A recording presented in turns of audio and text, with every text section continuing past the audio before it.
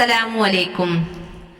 വിശ്വാസികൾക്ക് പുണ്യങ്ങളുടെ പൂക്കാലമാണ് റമദാൻ മാസം. റമദാൻ ആരംഭിച്ചാൽ സ്വർഗ കവാടങ്ങൾ തുറക്കപ്പെടുകയും നരക കവാടങ്ങൾ അടക്കപ്പെടുകയും പിശാചുക്കൾ ബന്ധിക്കപ്പെടുകയും ചെയ്യുമെന്ന് മുത്തുനബി സല്ലല്ലാഹു അലൈഹി വസല്ലമ തങ്ങൾ പറയുന്നു.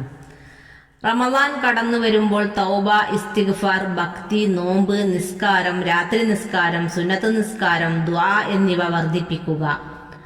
നാം ഇടപെടുന്ന ആളുകളുമായി പിണക്കമുണ്ടെങ്കിൽ അത് അവസാനിപ്പിക്കാൻ മുൻകൈയെടുക്കുക.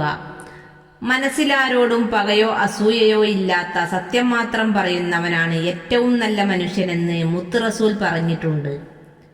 അതുപോലെ വളരെ പ്രധാനപ്പെട്ട ഒരു കാര്യമാണ് അമലുകൾ ചെയ്യുക എന്നതിനപ്പുറം അമലുകൾ സ്വീകരിക്കാൻ തടസ്സമുള്ള കാര്യങ്ങളെല്ലാം നമ്മൾ ഒഴിവാക്കുക എന്നുള്ളത്.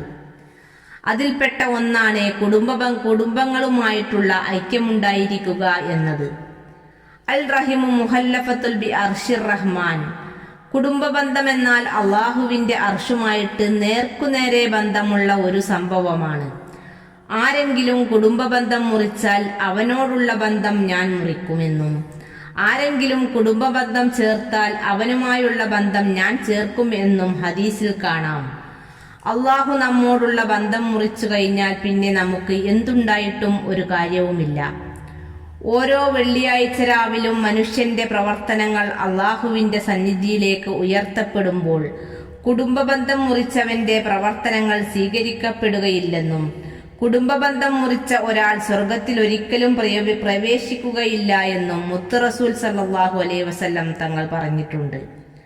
അതുകൊണ്ട് കുടുംബങ്ങൾ, അയൽവാസികൾ അവരോടൊക്കെയുള്ള ബന്ധം നാം ദൃഢപ്പെടുത്താനും പ്രശ്നങ്ങളുണ്ടെങ്കിൽ അതൊക്കെ പരിഹരിക്കാനും എല്ലാവരും ശ്രദ്ധിക്കുക. റമദാനിൽ ഒരുപാട് ഹൈറാത്തുകൾ ചെയ്യാൻ അള്ളാഹു നമുക്കൊക്കെ തൗഫീക്ക് നൽകി അനുഗ്രഹിക്കട്ടെ. ആമീൻ.